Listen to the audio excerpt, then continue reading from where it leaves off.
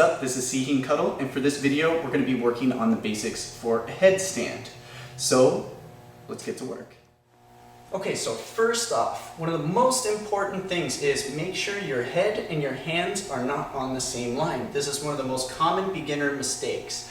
That when people set up for the handstand, they'll put the hands down and they'll put the head right in the same spot, and that makes it very tough to balance. So for this one, we actually want to make a triangle between the head and the hands. So that's why I have these two lines out.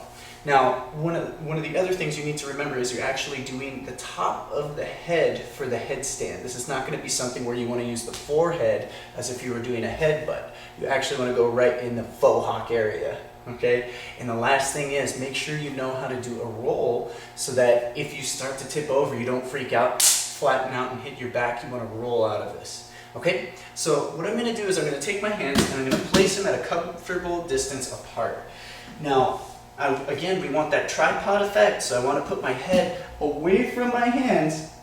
And for the very first level, what we're going to do is we're going to go up on our toes and bring our knees to our elbows to just rest, keeping the feet up off the ground.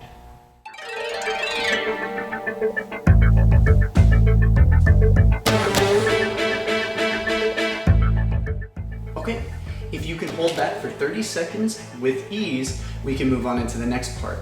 The next part is simply bringing the knees up and away from the elbows into a resting position, and we want to make sure that we have the shins totally straight up and down and the feet nice and flat.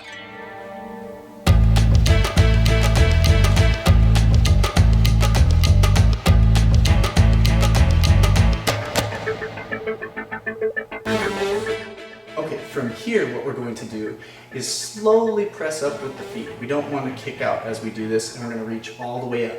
Make sure you keep your feet together, your knees together, and the thighs together, and this will be a successful handstand.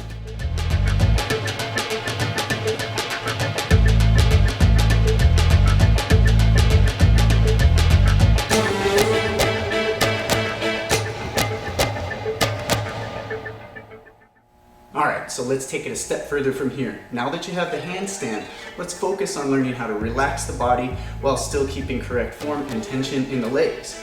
So what we're going to do is relax at the hips, think of having a hinge, and we're just going to let the feet drop. If you have good structure in your upper body, you should have no problem with balance.